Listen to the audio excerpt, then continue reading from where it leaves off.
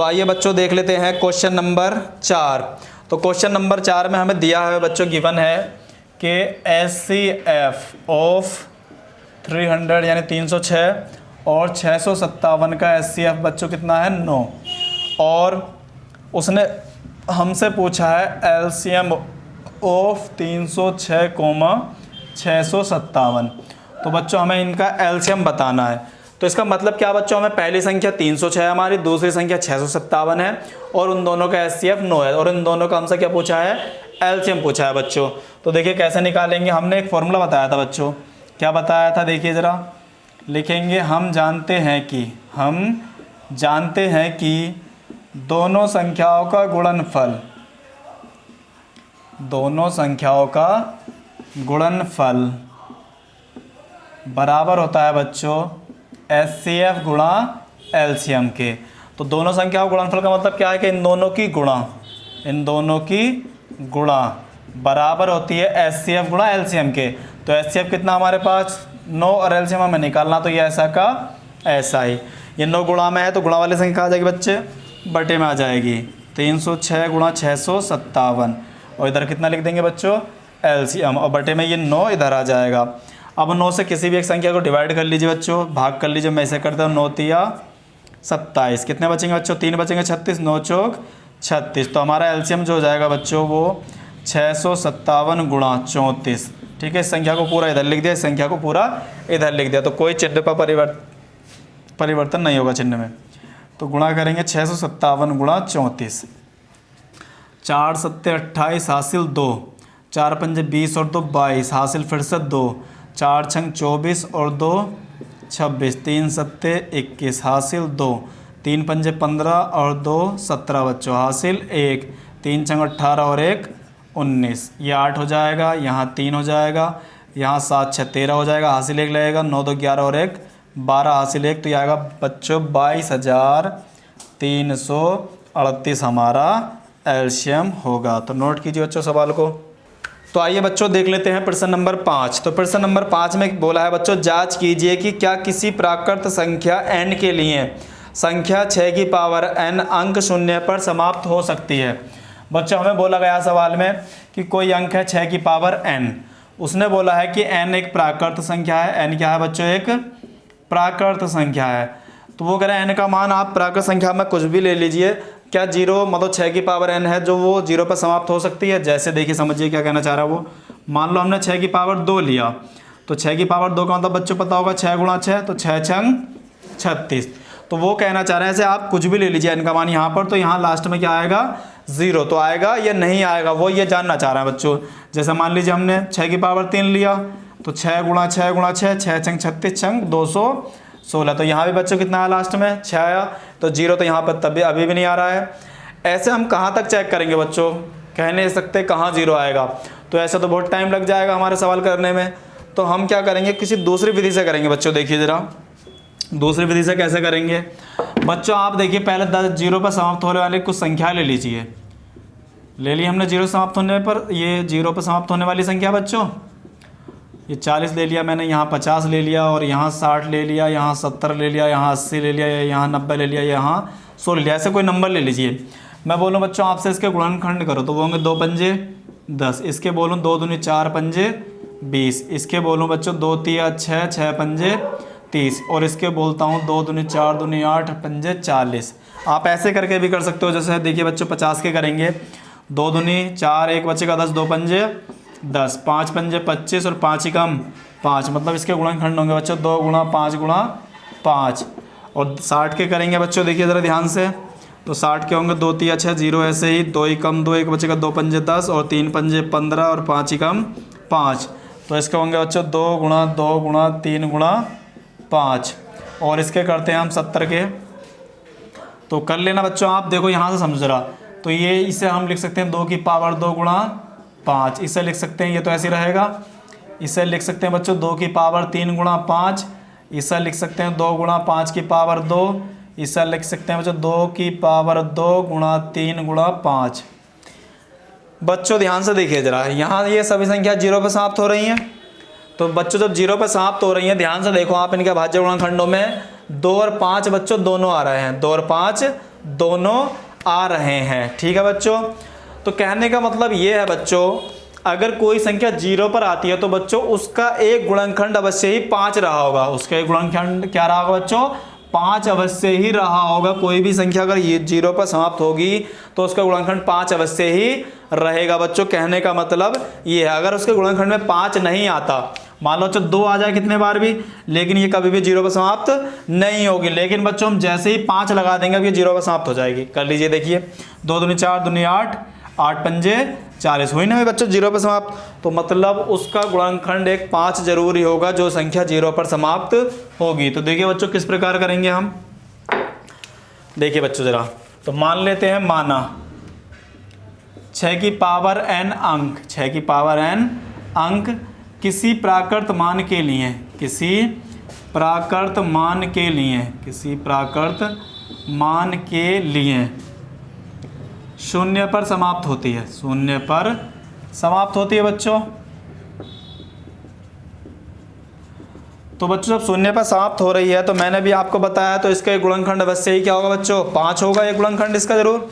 तो देखिए, तो लिखेंगे अतः 6 की पावर n अंक का एक अभाज्य गुणनखंड, एक अभाज्य गुणनखंड 5 अवश्य होगा, 5 अवश्य होगा बच्चों।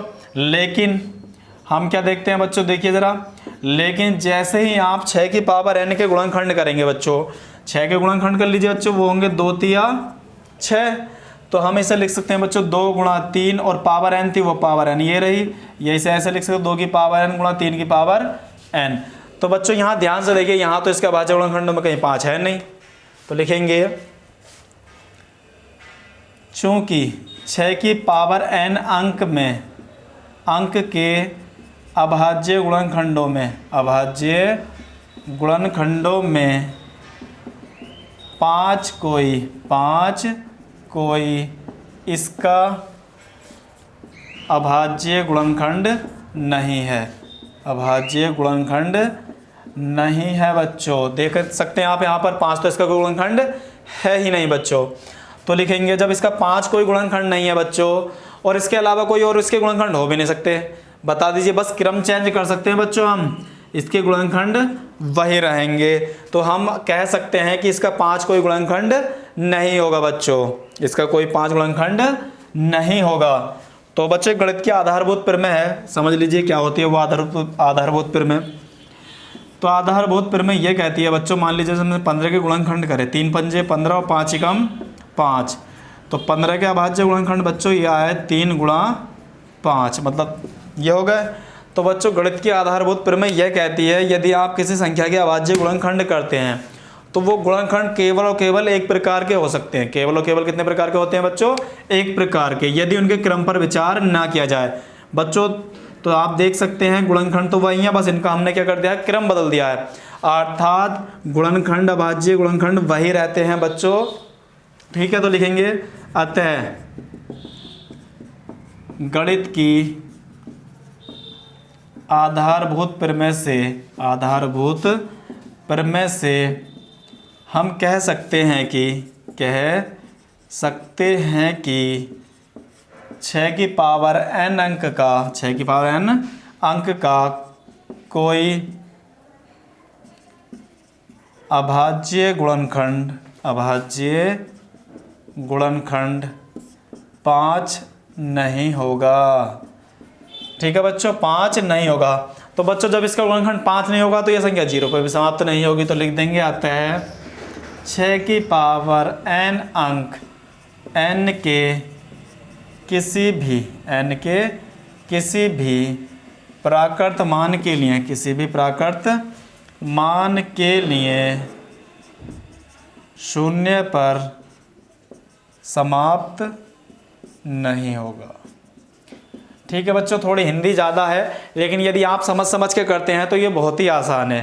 तो सवाल को नोट कीजिए बच्चों। तो बच्चों आइए देख लेते हैं प्रश्न नंबर 6। तो प्रश्न नंबर 6 में बोला गया बच्चों, व्याख्या कीजिए कि 7 गुणा 11 गुणा 13 प्लस 13 और 7 गुणा 6 गुणा 5 गुणा 4 गुणा 3 गुणा 2 गुणा 1 गुणा प्लस 5 भाज्य संख्या और क्यों। भाज्य से का मतलब होता है किसी संख्या का मतलब पूरी पूरी भाग हो जाना। तो हमें बताना है बच्चों इन्हें पूरी पूरी भाग हो सकती है या नहीं हो सकती है, तो क्यों। तो इधर देखिए बच्चों, जैसे मान लीजिए 15 है हमारे पास, अगर हम इसे चाहें तो 3 गुणा 5 लिख सकते हैं बच्चों। जब हम इसे 3 गुणा 5 लिखेंगे बच्चों, तो ये इसके क्या है, भाज्य गुणनखंड है। तो कहने का मतलब यह है बच्चों, देखो 3 से भी से पूरी पूरी भाग हो जाएगी, 3 पंजे 15 हो ही नहीं हुई बच्चों। इसी प्रकार 15 को 5 से भी पूरी पूरी भाग हो जाएगी, 5 तिया 15, और शेष कितना बचा बच्चों, 0। ये और कोई नंबर ले लीजिए बच्चों, जैसे मान लीजिए मैं ले लेता हूँ 20, 20 के गुणनखंड करेंगे बच्चों 2 गुणा 2 गुणा 5, या फिर 2 की पावर 2 गुणा 5। तो कहने का मतलब यह है बच्चों, ये इसका भाज्य गुणनखंड है, तो इसे पूरी पूरी 2 से ही भाग हो जाएगी, और इसे पूरी पूरी 5 से भी भाग हो जाएगी। देख लीजिए 2 से करेंगे बच्चों 2 धाई 20, कितना बचेगा 0, या फिर 20 को फिर 5 से भाग कर लीजिए, 5 चौक 20, तो वही पूरी पूरी भाग नहीं बच्चों। तो कहने का मतलब ये है बच्चों, उसके अभाज्य गुणन यानी कोई संख्या है तो उसके अभाज्य गुणनखंडों से उसे पूरी पूरी भाग हो जाती है। ठीक है, तो आइए देखते हैं अपना सवाल बच्चों। तो हमारे छठे क्वेश्चन में हमें बोला है पहले पॉइंट में 7 गुणा 11 गुणा 13 प्लस 13 बच्चों। तो ये पूछना चाह रहे हैं ये संख्या भाज्य है और है तो क्यों। तो देखिए बच्चों, यहाँ से कुछ कॉमन है, तो यहाँ से हमारा 13 कॉमन है बच्चों, तो यहाँ से 7 बचेगा, यहाँ से 11 बचेगा, और 13 बच्चों हमने कॉमन ले लिया है, तो यहाँ तो गुणा में था तो 1 बचेगा बच्चों, और यहाँ 13 ही कम 13, यहाँ भी 1 बचेगा। तो हम चाहें तो इसे ऐसे लिख सकते हैं, 1 के गुणा करेंगे तो ऐसे ही रहेगा बच्चों, और 1 ऐसा का। चाहो तो आप इसे हल कर सकते हो, चाहो तो मत कीजिए, मैं नहीं करूँगा बच्चों। क्यों नहीं करूँगा, क्योंकि हमारे पास बोर्ड में इतना टाइम नहीं होता।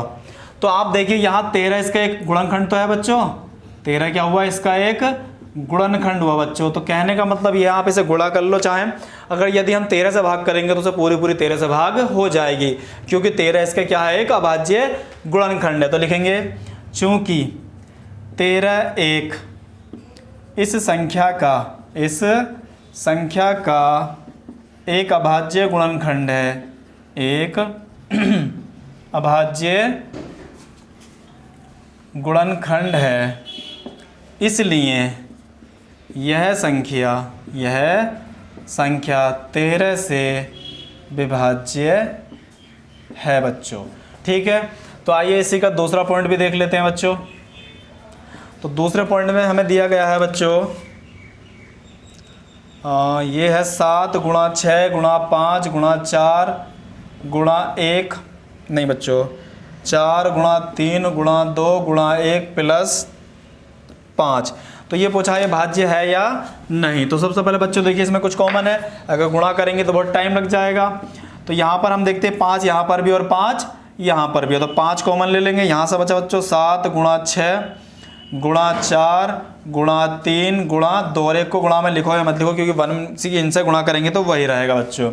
और 5 हमने कॉमन ले लिया बच्चों, 5 ही कम 5। तो हम देख रहे हैं बच्चों यहाँ पर 5 क्या है, इसका एक अभाज्य गुणनखंड है, तो ये भी क्या हो जाएगी, 5 से पूरी पूरी विभाज्य हो जाएगी, या था विभाजित हो जाएगी।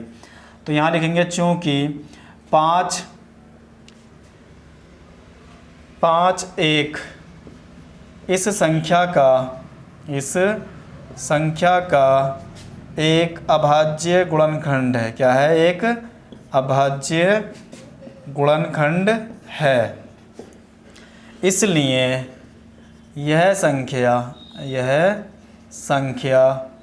5 से विभाज्य है बच्चों। ठीक है, तो बच्चों सवाल को नोट कीजिए।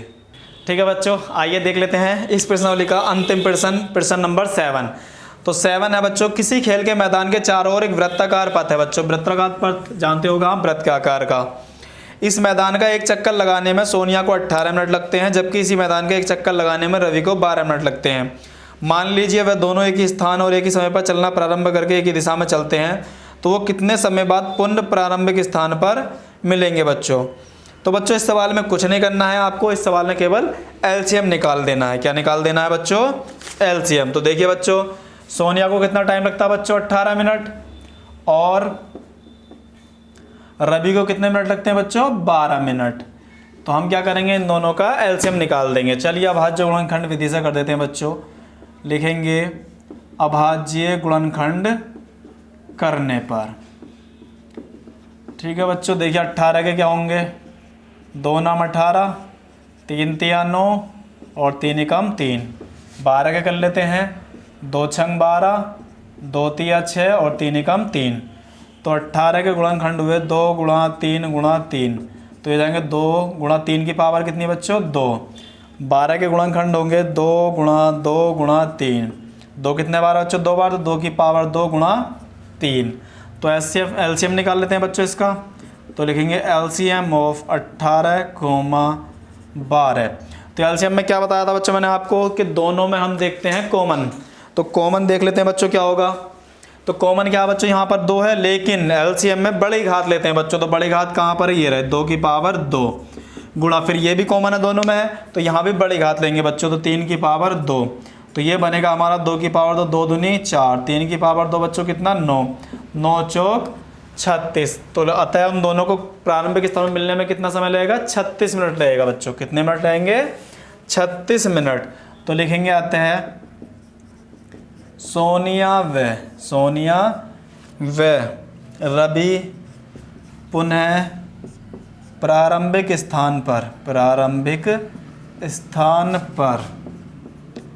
36 मिनट बाद मिलेंगे बच्चों। ठीक है, सवाल को नोट कीजिए।